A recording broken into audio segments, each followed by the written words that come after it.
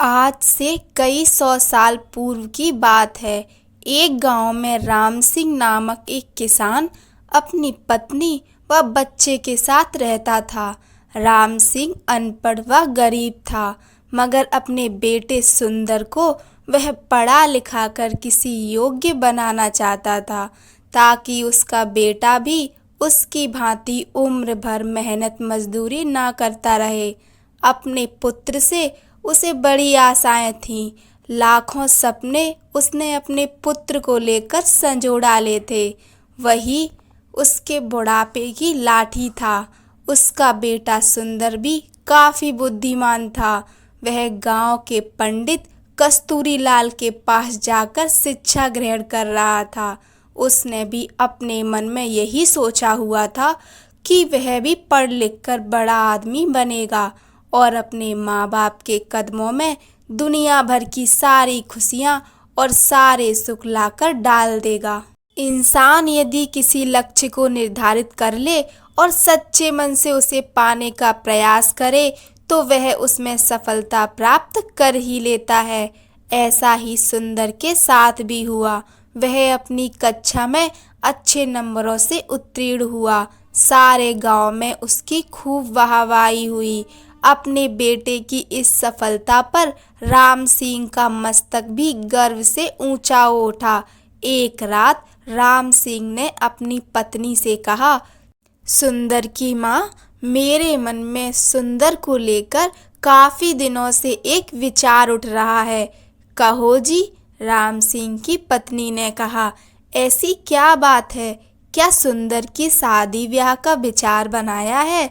अरे भाग्यवान, शादी ब्याह तो समय आने पर हम उसका करेंगे ही, मगर अभी उसे अपने पैरों पर तो खड़ा होने दें। मेरा तो यह विचार है कि क्यों ना हम उसे शहर भेज दें, ताकि वहां जाकर कोई अच्छा सा काम धंधा सीखकर कुछ बनकर दिखाए। यहाँ गांव में तो बस मेहनत मजदूरी का ही धंधा है। पढ़ने लिखने के बाद भी यदि उसे यही धंधा करना है, तो पढ़ाई लिखाई का लाभ ही क्या है? हमारा तो अपना कोई खेत भी नहीं है जिसमें मेहनत करके वह कोई तरक्की कर सके। मगर सुंदर के बापू, सुंदर ने तो आज तक शहर देखा ही नहीं है। हम किसके भरोसे उसे शहर भेज दें? सुंदर की माँ कमला ने कहा। माना कि हमारा सुंदर समझदार और सूझबूझ वाला है और शहर में वह कोई अच्छा सा काम धंधा तलाश भी कर लेगा, मगर शहर में टिकने का कोई ठिकाना भी तो चाहिए। सुनो सुंदर की माँ, शहर में मेरा एक मित्र है। हालांकि हम दोनों वर्षों से एक दूसरे से नहीं मिले, मगर फिर भी मुझे उम्मीद है कि यदि मैं सुंदर को उसका पता ठिकाना समझा कर भेजूं, तो वह अवश्य ही उसे शरण देगा और रोजी रोजगार ढूंढने में वह सुंदर की सहायता भी करेगा। बात तो आपकी ठीक है सुंदर के बापू, लेकिन मेरा मन नहीं मान रहा कि मैं अपने लाल को अपनी आँखों से दूर करूं। ऐसा तुम अपनी ममता के हाथों मजबूर होकर कह रही हो, मगर दिल से तो तुम भी यही चाहती हो कि हमारा बेटा तरक्की करे। इसलिए दिल को मजबूत बनाओ। सुंदर शहर जाकर कुछ बन गया तो हमारा बुढ़ापा भी सुख से गुजरेगा। और इस प्रकार राम सिंह ने अपनी पत्नी को समझा बुझाकर सुंदर को शहर भेजने के लिए राजी कर लिया। उसी शाम सुंदर जब अपने यार दोस्तों के साथ खेल कूद कर घर वापस आया, तो राम सिंह ने बड़े प्यार से अपने पास बैठाया और अपने मन की बात बता दी। सुंदर यह जानकर बहुत खुश हुआ कि उसका बापू उसे शहर भेजना चाहता है। वास्तव में सुंदर भी यही चाहता था कि वह किसी प्रकार शहर चला जाए और वहाँ कोई ऐसा काम धंधा करे जिससे उसका परिवार सदा सदा के लिए गरीबी से छुटकारा पाकर सुख भोगे।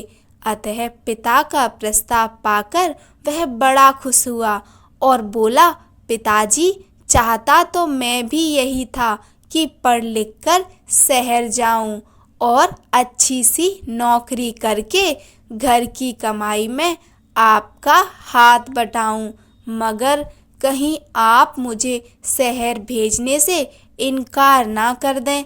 यही सोचकर मैंने आपसे अपने मन की बात नहीं कही, मगर अब जब आप स्वयं ही मुझे शहर भेजने के इच्छुक हैं तो इससे अधिक खुशी की बात मेरे लिए भला और क्या हो सकती है। मैं अवश्य ही शहर जाऊंगा।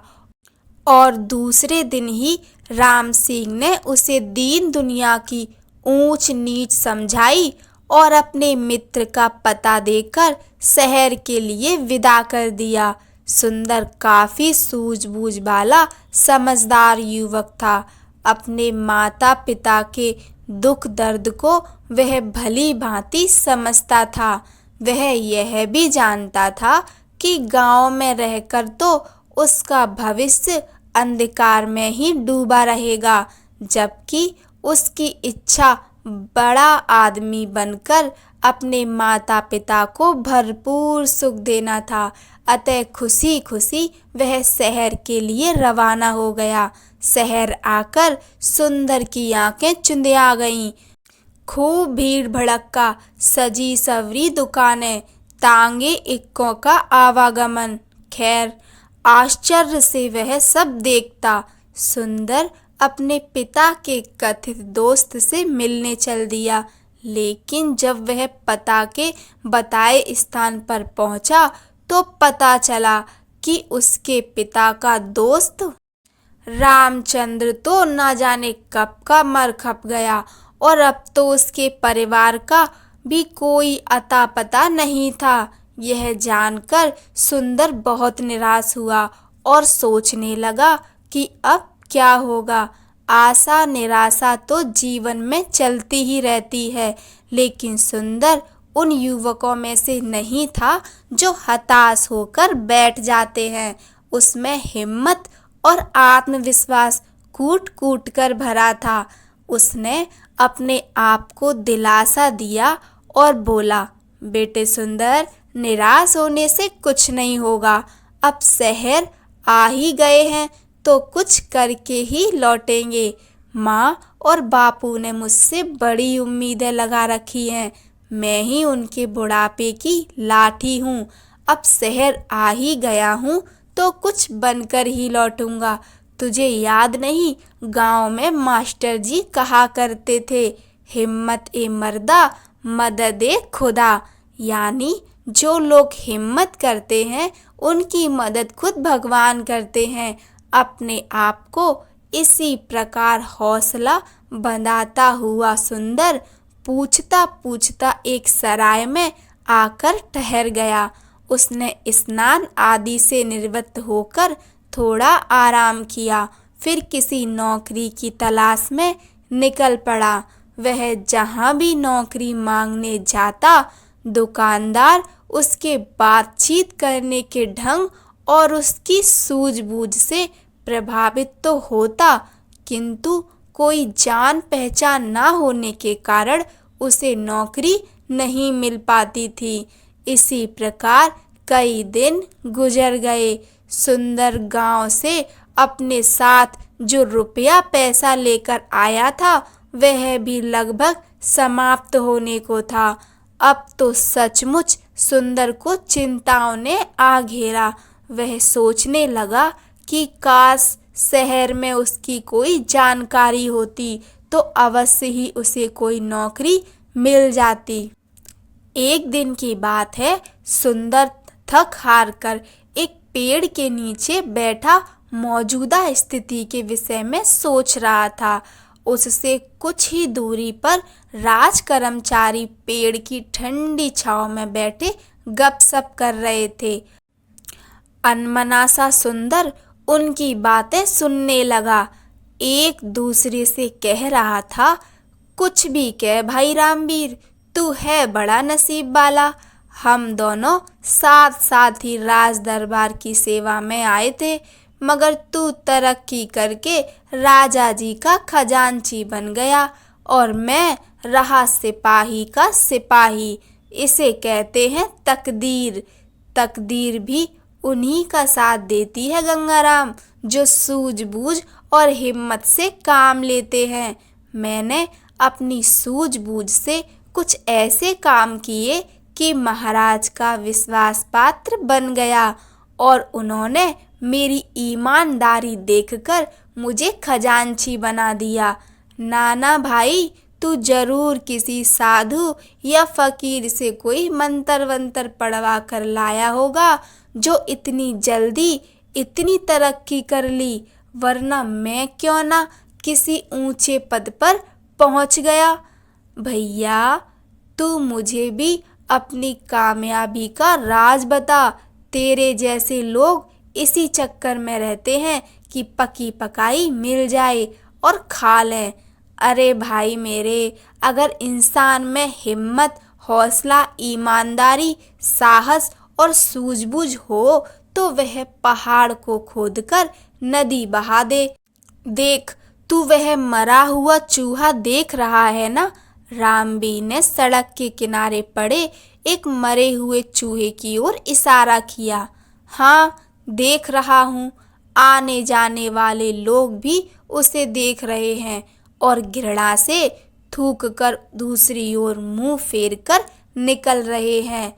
रामवीर भाई, मैं तुझसे तेरी कामयाबी का रहस्य पूछ रहा था और तू मुझे मरा हुआ चूहा दिखा रहा है। ये क्या बात हुई?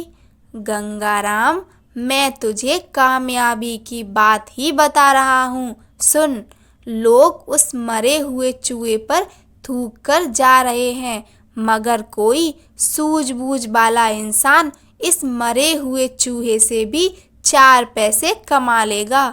भैया मेरे, अकल का इस्तेमाल करने से ही इंसान कामयाबी हासिल करता है।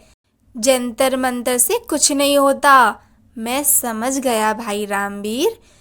निराश सा होकर गंगाराम बोला, तू मुझे अपनी कामयाबी का राज बताना ही नहीं चाहता।